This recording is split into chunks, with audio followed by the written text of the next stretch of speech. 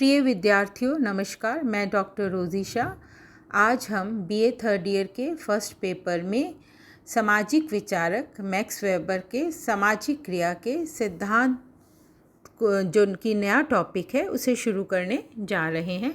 बहुत ही इंटरेस्टिंग सिद्धांत है मैक्स वेबर का सामाजिक क्रिया का सिद्धांत।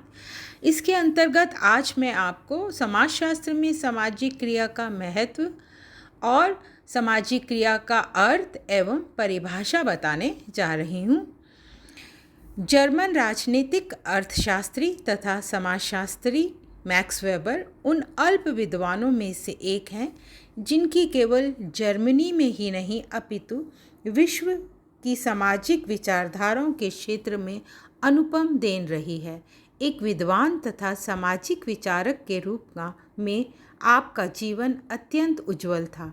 यही कारण था कि मैक्स वेबर को समाजशास्त्र के संस्थापक जनकों में से एक माना गया है एवं उनके कार्य को समाजशास्त्रीय जगत में अत्यंत सम्मान प्रदान किया गया। वेबर द्वारा प्रस्तुत समाजशास्त्रीय कार्य न केवल बौद्धिक ही थे बल्कि उनमें गहन सैद्धांतिक एवं व्यवहारिक दोनों पक्षों का अभूतपूर्व संगम देखने को मिलता है। मैक्स वेबर समाजशास्त्र के मौलिक काल में आते हैं। मैक्स वेबर का मानना है कि सामाजिक क्रियाओं के अध्ययन के द्वारा ही समाजशास्त्रीय नियमों को तार्किक एवं अनुभव सिद्ध बताया जा सकता है। समाजशास्त्री यदि समस्त प्रकार की क्रियाओं एवं व्यवहारों का अध्ययन करने लगेंगे तो इनके नियमों में तर्क एवं अनुभव का अभाव हो जाएगा। इस दृष्टिकोण से उन्होंने समाजशास्त्र को एक विज्ञान के रूप में प्रतिष्ठित करने का प्रयास किया। मैक्स वेबर ने समाजशास्त्र एवं प्राकृतिक विज्ञान में भेद किया है और इसी कारण उनकी अध्ययन विधि भी अन्य विज्ञानों से भिन्न है। विषय वस्तु के दृष्टिकोण से मैक्स वेबर समाजशास्त्र में स्वरूपात्मक संप्रदाय के प्रतिपादक हैं। आपके अनुसार समाजशास्त्र सामाजिक अंतःक्रियाओं या संबंधों के स्वरूपों का विज्ञान है। सामाजिक अंतःक्रियाओं या संबंधों के दो ही प्रकार के सामान्य स्वरूप हो सकते हैं। एक सहयोगात्मक, जो समाज में संगठन या व्यवस्था बनाए रखने में सहायक होता है। दूसरा असहयोगात्मक, जो समाज में विघटन एवं अव्यवस्था फैलाता है, जैसे प्रतिस्पर्धा एवं संघर्ष। समाज तथा सामाजिक घटनाओं के प्रति वेबर का दृष्टिकोण उस समय तक के सभी विद्वानों से पर्याप्त भिन्न था। उनकी विचारधारा की नवीनता ही उनकी संपदा थी। आपने समाजशास्त्र को सामाजिक क्रियाओं के अर्थपूर्ण बोध करने वाला विज्ञान कहा और समाज को उन्हीं सामाजिक अंतःक्रियाओं की अर्थपूर्ण अभिव्यक्ति के रूप में माना। मैक्स वेबर ने सामाजिक क्रिया को समाजशास्त्र में एक समाजशास्त्रीय रूप प्रदान किया। इस प्रकार हम देखते हैं कि मैक्स वेबर ने समाजशास्त्र की अवधारणा की एक नए वैज्ञानिक ढंग से विवेचना की है। उसे सामाजिक अंतःक्रियाओं, सामाजिक क्रियाओं एवं सामाजिक व्यवहारों का अध्ययन माना है। मैक्स वेबर ने सामाजिक क्रिया को समाजशास्त्र के अध्ययन की वस्तु बताया है। आपने अपनी सुप्रसिद्ध पुस्तक the theory of social and economic organisation में समाजशास्त्र और सामाजिक क्रिया की परिभाषाएं शीर्षक के अंतर्गत अपनी परिभाषा में इनके घनिष्ठ संबंधों की विवेचना की है। आपने अपनी पुस्तक में जो परिभाषा प्रस्तुत की वह इस प्रकार है: समाजशास्त्र वह विज्ञान है जो सामाजिक क्रिया का व्याख्यात्मक बोध द्वारा उसके दिशाक्रम और परिणामों के कार्य कारण विश्लेषण पर पहुंचने का प्रयास करता है। अपनी इस परिभाषा में मैक्स वेबर ने क्या बताया है उसे मैं आपको बताने जा रही हूँ।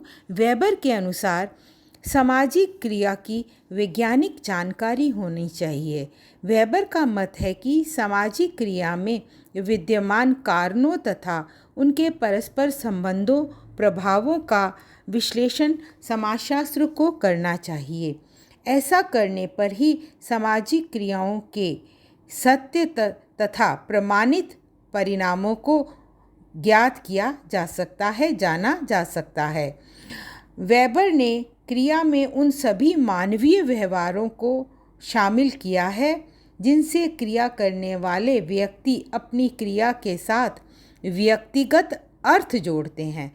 इस संदर्भ में एलेक्स इंकल्स कहते हैं कि वेबर सामाजिक व्यवहारों तथा कृत्यों का अध्ययन ही समाजशास्त्र का प्रमुख कार्य मानते हैं। और इसी संदर्भ में एलेक्स इंकल्स लिखते हैं, समाजशास्त्र प्रधानतः सामाजिक संबंधों तथा कृत्यों का अध्ययन है। मैक्स वेबर के कथनों से स्पष्ट है कि सामाजिक क्रिया को वे कितना महत्वपूर्ण मानते हैं।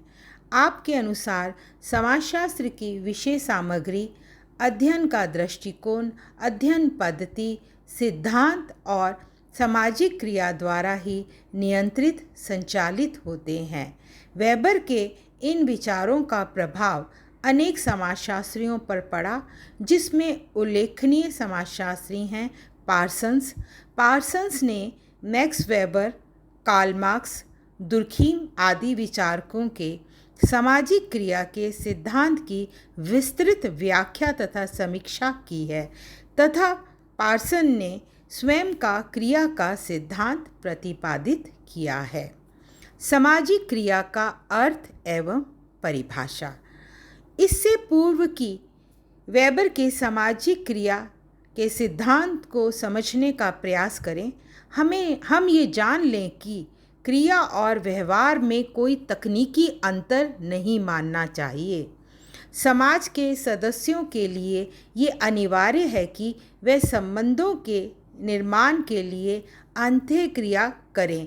इन्हीं अंत्यक्रियाओं के आधार पर सामाजिक संबंधों का जन्म होता है और व्यक्तियों का जीवन इन संबंधों से बंधा होता है। व्यक्ति की प्रत्येक प्रकार की क्रिया के पीछे कोई ना कोई लक्ष्य अवश्य होता है और इसी लक्ष्य की प्राप्ति के लिए उसे क्रिया करनी पड़ती है। समाजशास्त्रीय रूप से समस्त क्रियाएं सामाजिक क्रिया की परिधि में नहीं आती, अपितु वही क्रियाएं सामाजिक क्रियाएं कही जाती हैं जिन्हें कर्ता अथवा क्रिया करने वाला कोई ना कोई अर्थ प्रदान करता है। व्यक्ति की ये क्रिया बाह्य, आंतरिक, मानसिक एवं भौतिक हो सकती है। साथ ही काल या समय की दृष्टि से देखें तो क्रिया की अभिमुखता वर्तमान, भविष्य एवं भूत तीनों से हो सकती है, अर्थात क्रिया का संबंध किसी एक काल से यानी वर्तमान, भविष्य या भूतकाल से हो सकता है।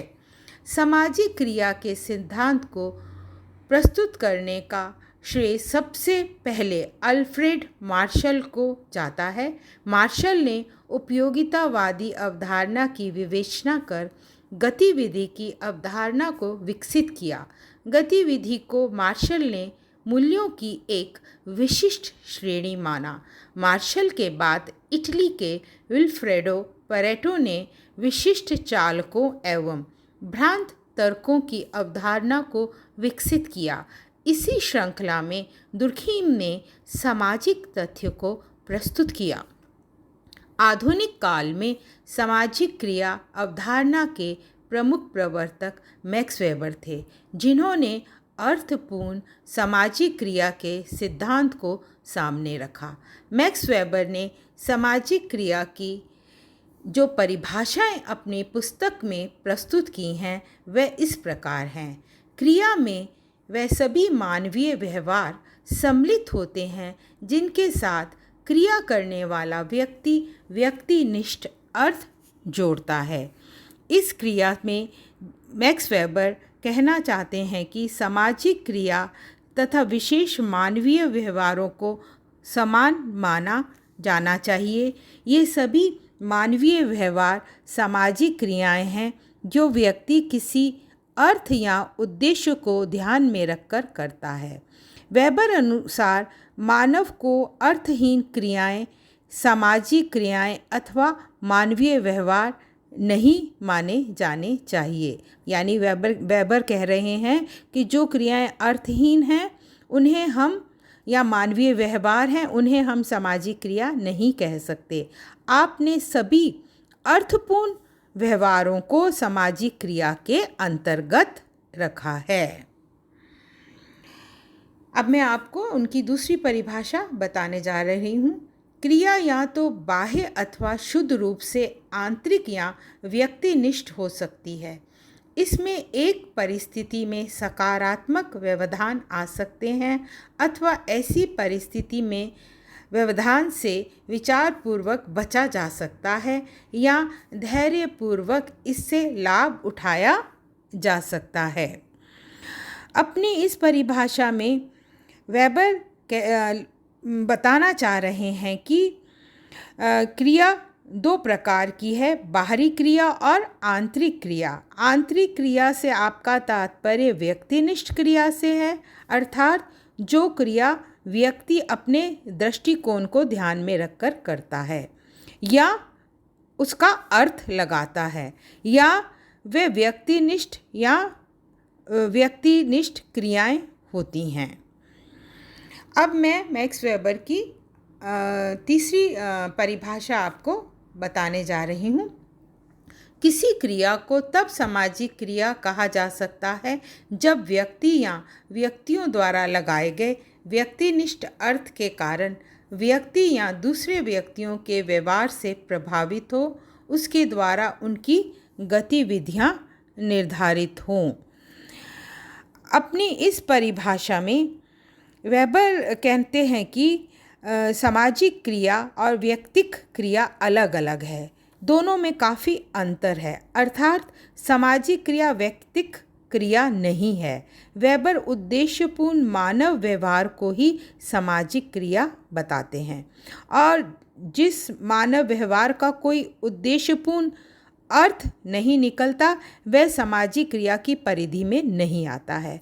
वेबर उद्देश्यपूर्ण अर्थ से ये तात्पर्य लगाते हैं कि जो अर्थ स्वयं कर्ता अपनी क्रिया के विषय में लगाता है, साथ ही दूसरों को भी उसी प्रकार की क्रिया के उद्देश्यों की पूर्ति करने के लिए प्रेरित करता है।